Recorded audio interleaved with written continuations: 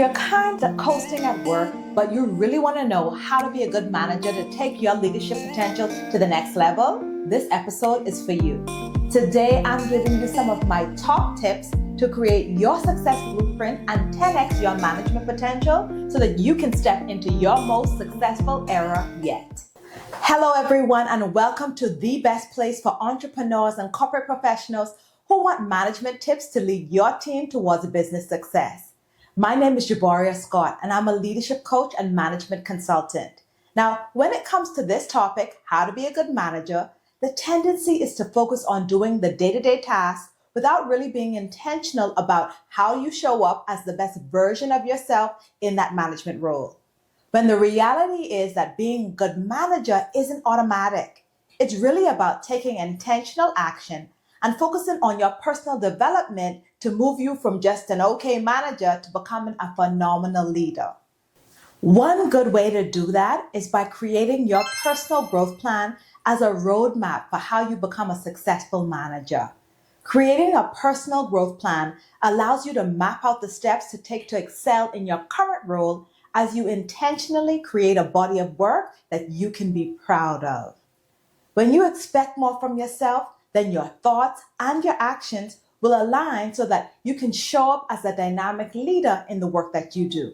So let's talk about how you can do that. Tip number 1 for how to become a successful manager: focus on who you get to become. If you want to show up as the very best at what you do, it's important to focus on who you get to become. And this applies to if you're already in a manager role now, or if you hope to be a good manager someday. Focusing on who you get to become means holding a mental picture of what a good leader does, meaning what are their habits, what are their values and characteristics, and planning a picture for yourself of what it would look like if you interacted with your team in that way. Think about the kinds of actions you need to take in order to become the person who inspires your team. And everyone speaks well of you because you're knowledgeable, you're experienced, and you're fair. And if you're not in the role yet, just think about what someone in that role does who has that job role that you desire. So if you want to level up in your management role, ask yourself things like, how would an exceptional leader speak to people at work?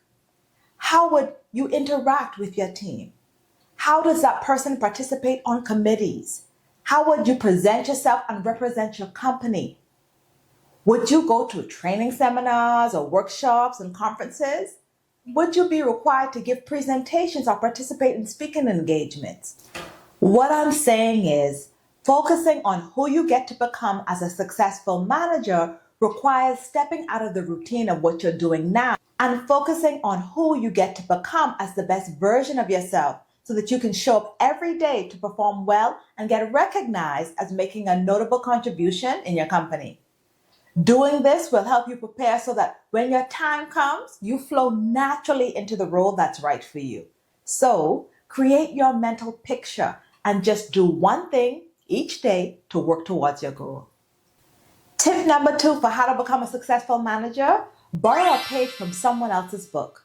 For example, think about a leader that you admire. What kinds of things did you hear them talking about in order to become a great leader? What things did you observe them doing that caused you to admire them in the first place? What positive things were other people saying about them? And what kinds of things did they do to maintain a healthy work-life balance between work and play? I'm not saying that you should be the exact replica of that person. It's not about copying someone else to be just like them. No. Instead, it's more about modeling the behaviors and practices that you admire and the habits that align with you and how you operate, and making them suit your style and your personality. Then go ahead and get rid of the rest. Adopting some of the practices of various leaders that you admire will help you to shorten the learning curve and help you to craft your style based on the practices that you choose to adopt and that come natural to you. While there's no need to reinvent the wheel, you can take the wheel and make it your own. For example, if you like the way that your last supervisor organized their workday, you can adopt some of those habits and suit it to your personal style. And if you want to borrow a page from my playbook, be sure to get a copy of my professional growth plan. I created a tool to help you deliberately craft a successful leadership path for yourself, and it removes all of the guesswork. The Professional Growth Plan has a step-by-step process to help you set key targets to enhance your knowledge and increase your opportunities. So think of it as your personal guide to crafting the career of your dreams. Tip number 3 for how to become a successful manager: prioritize your quarterly goals. As you develop your personal growth plan, it's important to make time to think about what your goals need to be eventually to move in the direction where you're headed. Successful careers are usually crafted strategically over time, and that time can be long or short depending on your career goals. Well, people who intentionally chart their career course usually have one thing in common, and that's they plan strategically, dividing their goals in small chunks in order to achieve various development stages on the journey towards the ultimate goal. And if you're working with a shorter time frame and looking to speed up this process, take a look at a book called The 12-Week Year by Brian P. Moran and Michael Lennington. It gives you steps that you can take to stop procrastinating and start getting things done while accomplishing your goals sooner rather than later. If you've read it, let me know in the comments and let me know what you think about it. Making progress towards achieving your goals is about the small things that we consistently do each and every day that makes the biggest difference over time. Think about any of the famous athletes that you know who have recovered from sports injuries while playing the games that they are famous for. In order to recover and reach their goal of getting back into the game, in the recovery process, they probably use physical therapy to help them during the extensive healing process.